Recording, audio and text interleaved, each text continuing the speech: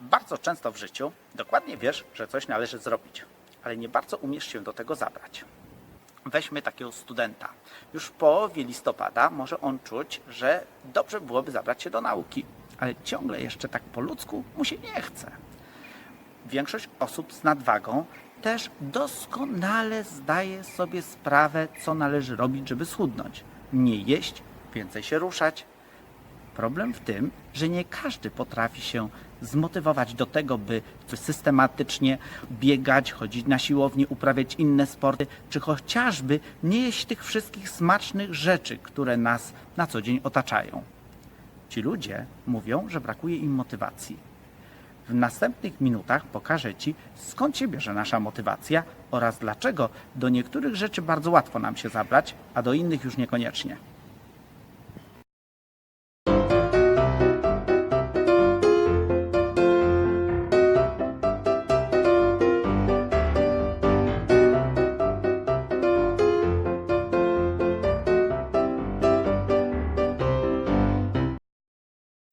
Zacznijmy od tego, czym jest motywacja.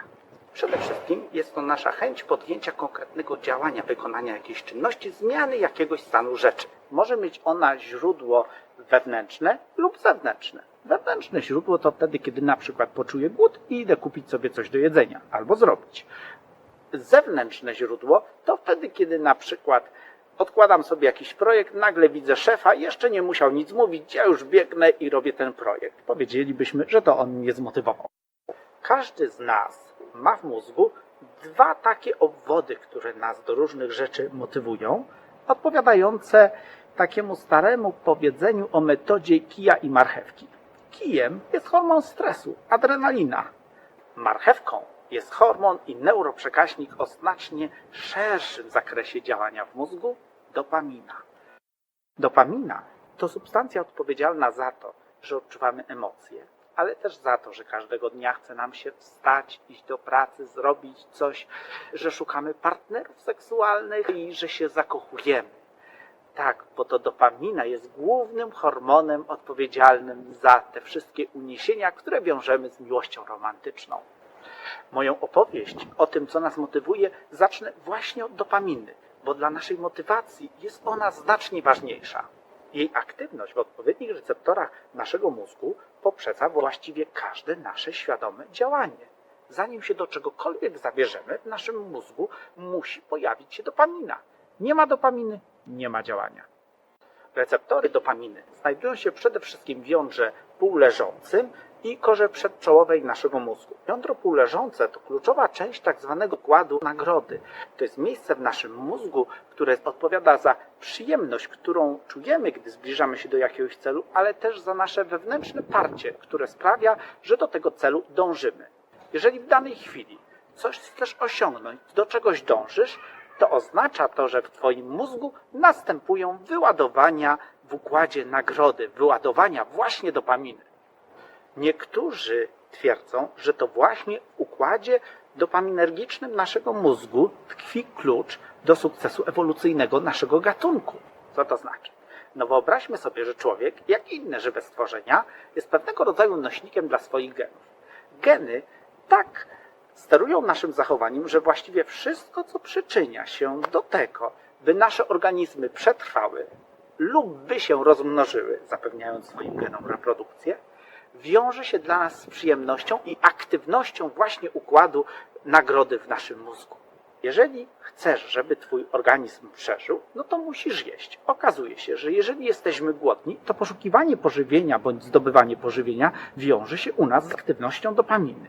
Jeżeli w tym momencie nie mamy partnera, partnerki seksualnej, to zdobywanie takiej osoby, tworzenie związku najczęściej też się będzie wiązać z aktywnością dopaminy i nazywa się to miłością romantyczną. Oczywiście, jeżeli już stworzymy związek, wtedy rośnie prawdopodobieństwo, że przekażemy dalej swoje geny, gdyż zostawimy potomstwo. I co ciekawe, opieka nad tym potomstwem, zapewnianie mu pożywienia również wiąże się z tym, że aktywizuje się dopamina w naszych mózgach. Czyli możemy powiedzieć, że właściwie nasze geny sterują nami właśnie za pomocą tego niepozornego neuroprzekaźnika, który sprawia, że różne rzeczy są dla nas przyjemne, nieprzyjemne, ale że czujemy parcie do tego, by je realizować.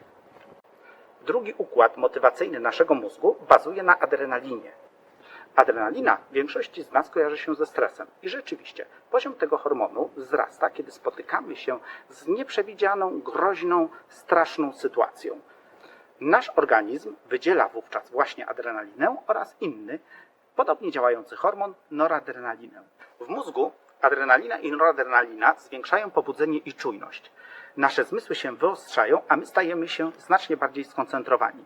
W konsekwencji dzięki nim możemy zabrać się do nawet z dawna odkładanych zadań.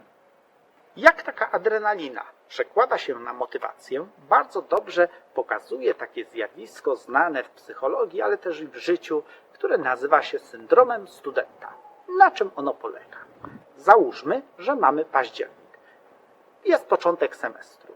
Studenci zaczynają naukę. Mogliby zacząć się uczyć. Egzaminy będą w połowie stycznia, pod koniec stycznia, w początkach lutego. Student, który zacząłby się uczyć już w październiku, bez problemu do połowy stycznia opanuje materiał. Pytanie, ile procent studentów w ogóle zaczyna się wtedy uczyć? No niewiele. A dlaczego? Bo student na ogół w październiku, w listopadzie ma inne priorytety, ale też atrakcyjność nauki jest dosyć mała w porównaniu na przykład z atrakcyjnością wyjścia gdzieś ze znajomymi bądź spotkania z sympatią. No jasne, ktoś powie, że zna studentów, którzy uczą się przez cały rok, ale pamiętajmy, że to są bardzo często pasjonaci tego, co studiują. A wiadomo, kiedy mamy do czynienia z pasjonatem, to tu wchodzi w grę dopamina, więc oni troszeczkę się nie liczą. Natomiast większość studentów kiedy zaczyna się uczyć? Wtedy, kiedy zbliża się już termin egzaminu.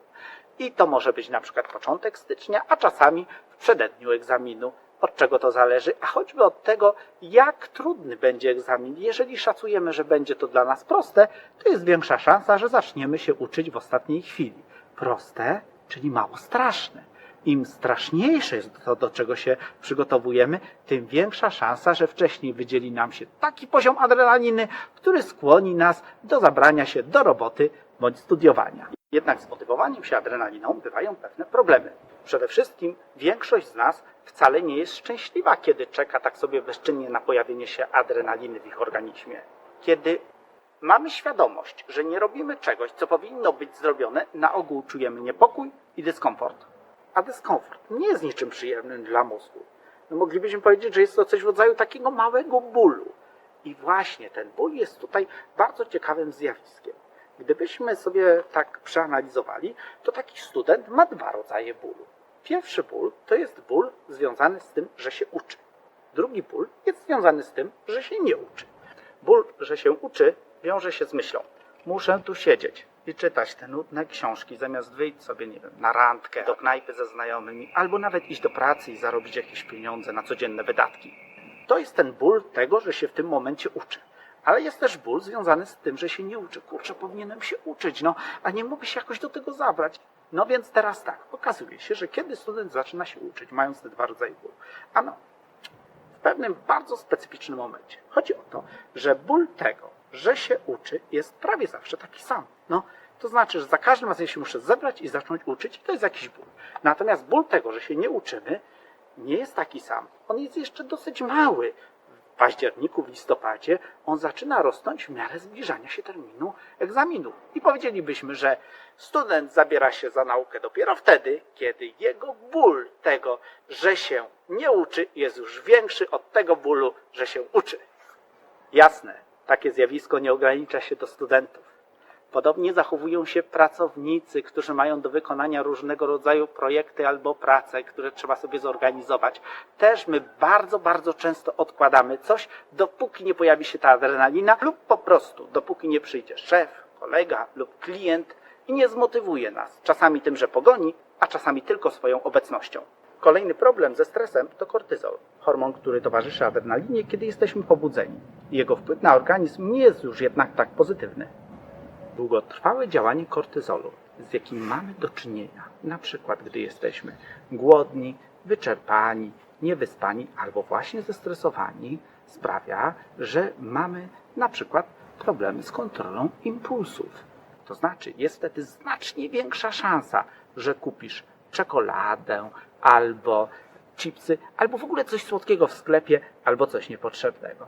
Mamy również wtedy problem z tworzeniem i odtwarzaniem śladów pamięciowych. To znaczy możemy mieć znacznie większe kłopoty długofalowo z zapamiętaniem czegoś albo z przypomnieniem sobie, kiedy jesteśmy w stresie. Dodatkowo kortyzol może sprawiać, że łatwiej zachorujesz na choroby cywilizacyjne, takie jak nadciśnienie, choroba wieńcowa serca, a nawet depresja. Hormon ten sprawia, że odkładamy tłuszcz i to w tych miejscach, w których najciężej nam go potem spalić, czyli na przykład w okolicach brzucha. Drugi problem ze stresem to mętlik i pustka w głowie, jakich mogą doświadczać ludzie, gdy napięcie jest zbyt duże. Najlepszym przykładem tego jest trema, którą czujemy w trakcie wystąpień publicznych. Wiedzieliśmy wcześniej, co mamy powiedzieć, wychodzimy przed jakąś grupę i nas zatyka i nie wiemy, pustka w głowie. Kolejna sprawa to są różnego rodzaju sytuacje z egzaminu, gdzie znów wydawało nam się, że coś doskonale wiemy, idziemy na egzamin i nagle zapominamy jakiejś podstawowej rzeczy. Jest tak dlatego, że nasz mózg do właściwego funkcjonowania potrzebuje nie tylko stymulacji neuronów, ale też ich właściwego wygaszania ich aktywności. Co to znaczy? To znaczy, że przy pewnym pobudzeniu właściwie nasze neurony wchodzą w taki zakres działań, że same w sobie nie są się w stanie wyciszać. I teraz cały nasz mózg prawie eksploduje i my nie wiemy, co tak naprawdę powiedzieć. To nie jest tak, że nie mamy pomysłu. Nasz mózg ma zbyt wiele pomysłów, nasze neurony nie są w stanie po prostu selekcjonować informacji, no i w tym momencie jest problem. Mamy pustkę w głowie, mamy miszmasz w głowie, chaos w głowie i to jest coś, co jest bardzo ważnym skutkiem stresu, zwłaszcza tego dużego stresu. Pamiętajmy, mały stres pomaga Ci się motywować, ale przy przekroczeniu pewnej granicy wchodzisz w zakres dużego stresu, który sprawia, że zaczynasz mieć chaos w myślach, pustkę w głowie i nie jesteś w stanie wykonać tych zadań. Teraz chciałbym podsumować to, co do tej pory powiedzieliśmy. Po pierwsze, pamiętajmy, w naszym mózgu mamy dwa główne źródła motywacji: dopamina i adrenalina. Dopamina to przyjemność, którą będziemy mieli z tego, że coś robimy, z tego, że do czegoś dążymy, albo gdy już to osiągniemy. Adrenalina to strach, który mamy przed tym, że coś jest niezrobione, lub stres, który mamy związany z tym, że zbliża się termin ukończenia czegoś. Po drugie, motywacja motywacji nierówna. Szczęśliwi ludzie motywują się nagrodami, czyli dopaminą. Ci, dla których głównym motywatorem jest stres, są na ogół mniej wyspani, bardziej sfrustrowani, no i mają większą szansę na nadwagę. Po trzecie, każdy z nas ma jakieś marchewki, rzeczy, które go kręcą i motywują. I to po nie najlepiej sięgać, zamiast okładać się kijem i stresować, zwiększając swoje szanse na oponkę na brzuchu i depresję. Techniki pozytywnej motywacji będę tu omawiał w kolejnych odcinkach. Następny poświęcę chyba najskuteczniejszej z nich, z angielska zwanej Temptation Bundling, czyli wiązanie pokus. Zapraszam do oglądania i subskrypcji.